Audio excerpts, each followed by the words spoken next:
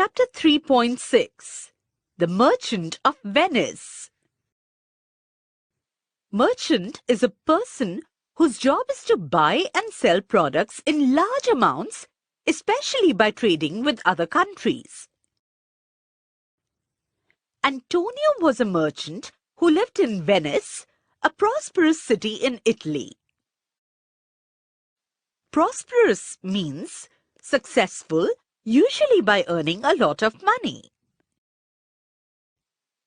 In those days, that is, about 500 years ago, sea voyages were dangerous. And yet, some adventurous merchants travelled across the seas.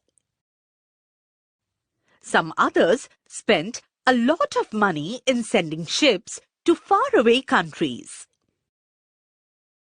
These ships brought back spices and other treasures from India and other countries. The merchants sold these things in Europe. They made a lot of profit in this business. At the time when the story begins, Antonio was waiting for his ships to return with merchandise. He had put almost all his money in the ships. Merchandise means goods that are bought and sold. Antonio was a kind man. He had many friends, but his best friend was Bassanio. Bassanio was a young and handsome nobleman, but unfortunately, he had no money. Bassanio wanted to marry Portia. Portia was beautiful and intelligent. She was the only daughter of a very wealthy man. Her father had died, leaving her a large estate. Estate means all the money and property owned by a person.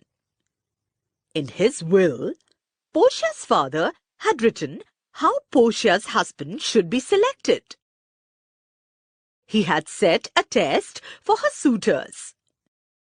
Will means a legal document containing instructions as to what should be done with one's money and property after one's death. Suitor is a man who wants to marry a particular woman. They had to choose between 3 caskets, one of gold, one of silver, and one of lead. Casket is a small decorative box. Each casket had something written on it. On the gold casket it was written, "Whoever chooses me shall gain what many men desire." On the silver casket, "Whoever chooses me shall get as much as he deserves." On the casket of lead, "Whoever chooses me must give and hazard all he has." Hazard means risk. One of Portia's suitors was the Prince of Morocco. He chose the gold casket. But when he opened the casket, the message inside said that it was not the right casket. All that glitters is not gold. Another suitor, the Prince of Aragon, chose the silver casket. But that too was not the right casket. Bassanio wanted to try his luck with the caskets. To do that, he had to travel to Belmont, where Portia lived on her estate. He needed money for that. When Antonio came to know this, he wanted to help. He told Bassanio to borrow money in his, that is Antonio's, name. They went to Shylock, the Jewish moneylender, and asked him for the money. Shylock had a lot of money, but he was not at all generous. Money was all that he cared for. He did not like Antonio because Antonio sometimes lent people money without charging any interest for it. So, Shylock decided to take advantage of this situation. He gave them the money on a strange condition. If Antonio failed to return the money within 3 months, Shylock would cut off a pound of Antonio's flesh. Antonio agreed to this and borrowed the money for Bassanio. Bassanio went to Belmont. When he saw the caskets, he chose the lead one. That was the right casket, and Bassanio won Portia's hand by choosing it. Portia, too, was glad to marry Bassanio.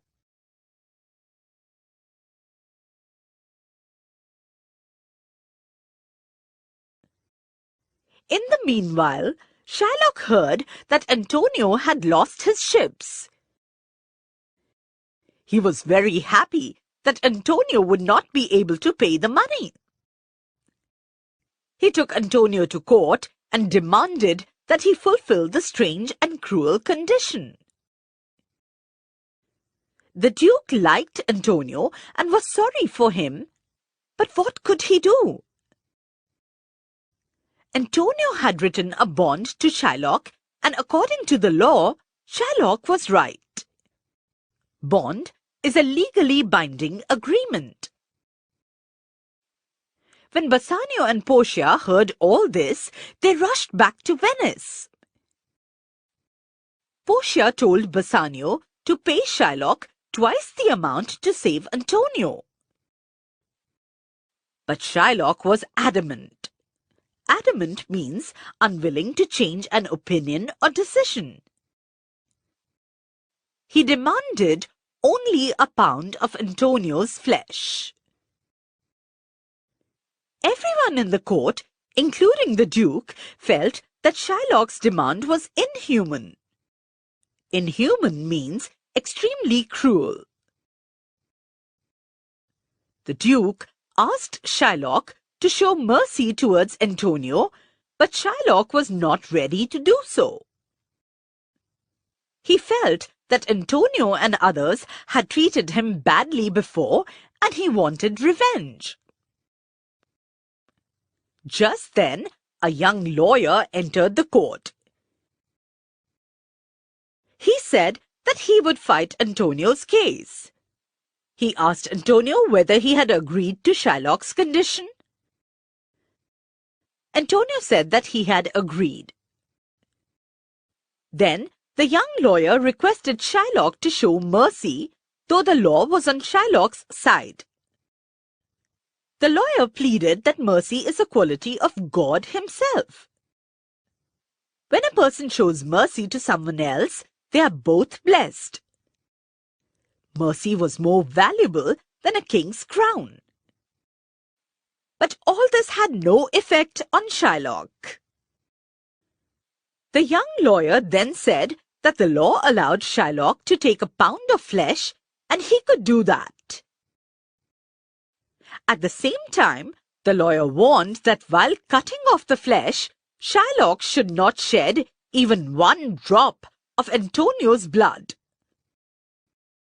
Also, he should cut exactly 1 pound of flesh, nothing less, nothing more. That would not be allowed by the law. Shylock realized that he could not do what the young lawyer asked him to do, and he accepted his defeat. Antonio's life was saved. Who was the young lawyer?